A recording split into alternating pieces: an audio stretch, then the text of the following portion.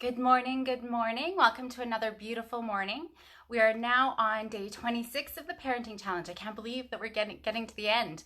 Today we're going to be talking about screen times, and I'm going to give a disclaimer now. If you already feel a lot of guilt as a parent, because that's what we do, I always say, here's your baby and 5 pounds of guilt compounded daily. And you don't want to address screen times and you're already feeling bad about it and you're not ready to make any changes, maybe skip today. But if you want to get some tips and just understand what screens does for our kids, then maybe follow along. There's no way, absolutely no way that I can touch everything that there is to touch about screens. I'm only going to be scratching the surface. But screens, I wanted to talk about it because they really are dominating our kids' lives. Kids and teens are spending more time on screens than even being in school. And it's even worse now. I mean, that was before the whole COVID situation. It's even worse now.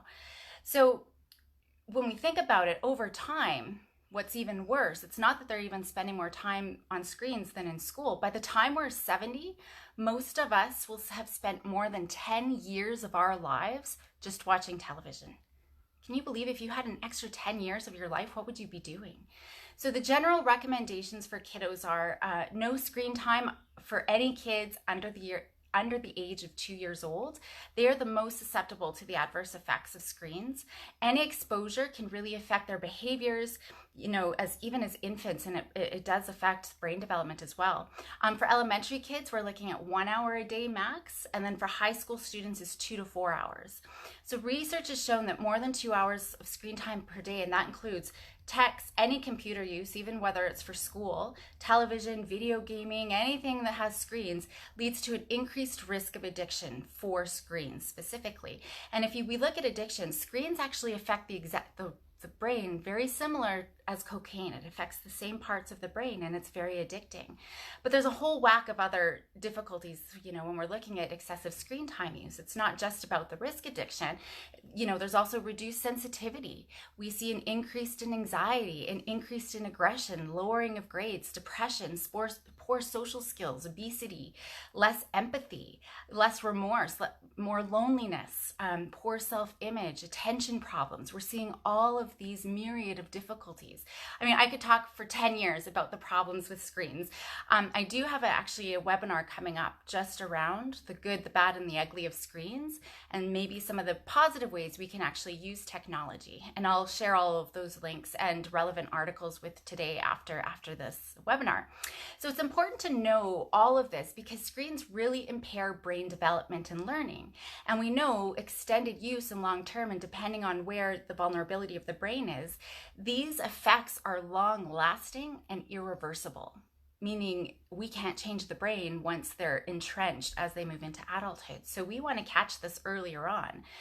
And the big thing with screens, and I'm always talking about this when I talk a lot about resilience, they rob kids of important opportunities for resilience building, for self-regulation development, emotion regulation, for social interactions. Pretty much every important childhood experience is robbed because of screens, right? And so those are the experience.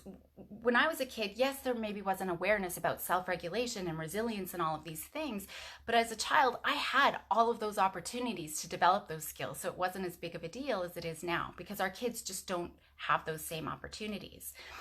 The screens also pull our kids away from us. It usually causes a wedge within our relationships. I don't know about you, but a lot of the families that I work with, the minute they're trying to transition their kids off screens, right there is a huge fight.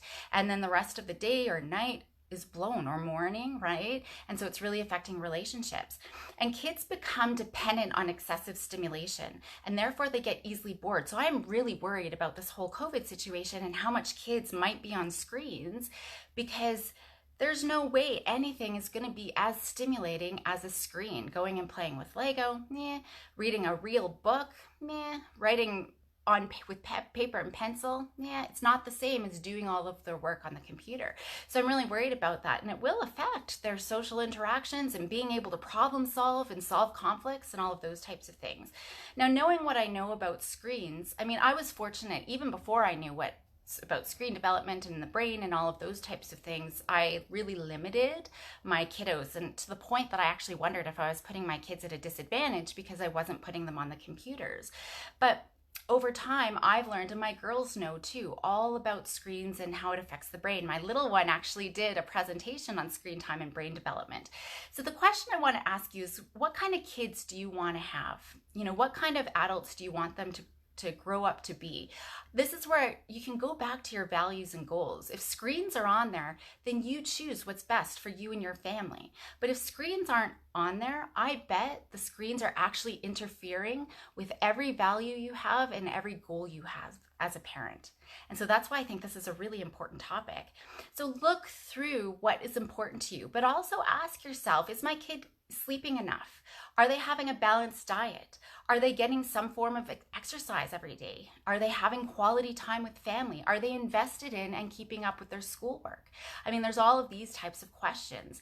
Are we living the values and working towards the goals that we have as parents with our children, and how do screens fit in with there? Now, if you can, you want to try to limit screens as much as possible. If you haven't started, I know it's going to be hard. If you have already, if you haven't, avoid it as long as you can. I mean, in my house, I had co-viewing rules. You cannot watch TV, and we still have them. You cannot watch TV by yourself. You have to have someone with you. And we have specific times and places. And that's going to be really important. If you have screens, the same time, the same place, the same duration, that's going to help minimize risk for addiction. If you have random schedules all the time, this intermediate reinforcement, it's going to stimulate the brain even more. So you want to make sure that you do that. Social media, try to avoid that as long as possible. Wait at least until teenage years if possible. My kids, I do have a teenager and she still has no social media accounts. So you want to hold off, because that opens a whole can of worms.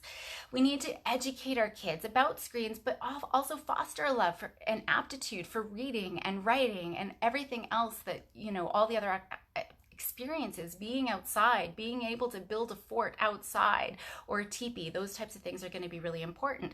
So giving our kids, it's not just about taking the videos away. You need to fill their time with other experiences, right? So we need to be mindful about what we're going to be doing when we're with the screen time. Encouraging your kids to be doing lots of different activities, whether it's creating. I mean, creating is the butt of happiness, I think, whether it's building something with your hands or painting or writing poetry. I mean, poetry is not my thing, but whatever it is that you're creating, maybe it's building something in the garage, right? Enjoying people, staying in touch with family and friends during FaceTime, teaching them to say no, not only checking email or text at a certain period of time of the day. There's all of those kinds of things, right? And like I said, having that set time, my girls on Monday nights, they can watch one episode of Flash at 6 o'clock, right? Friday nights at 5:30, we've got a movie. Nothing after 7, because then it affects sleep, and I could go into sleep as well. Random schedules are really bad. We've already talked about that. Having tech-free zones, tech-free times can be really important. In my house, there's no technology in any bedroom. Whenever we get home, we take our phones and put it right on the counter in the kitchen. That's where they stay. So we have all of those kinds of rules. We teach etiquette, right? We want to make sure that there's, no phones at dinner time, for example, or when we're conversing or when we're doing a family activity. We also want to teach about digital citizenship. My girls know, whatever is out there stays out there, especially on social media. And employers, we know, will go on to social media and all of these different, they'll surf the web to look at their potential employees that they're going to be hiring. So it's really going to be setting these healthy boundaries, but also modeling these healthy boundaries for your kids. If you've got tech-free times and tech-free zones and all of these rules, you better make sure that you're following them as well, because it's not fair. What are you teaching your kids? That once you're an adult, it's okay, right? We want to make sure that this is important. This is a family value that we're all going to be maintaining. So I think that that's really important, and it's going to avoid a fight, because kids are going to say, well, why do you get to and I can't?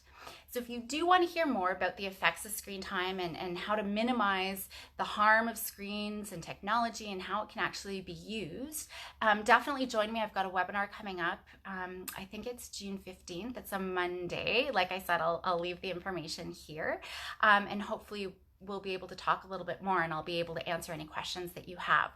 But for today, go back, look at your values and goals, see where screens fit in there, and if screens don't, then maybe look at how you're going to be challenging your kids and filling their times in different ways, giving them lots of different experience to help build their resilience.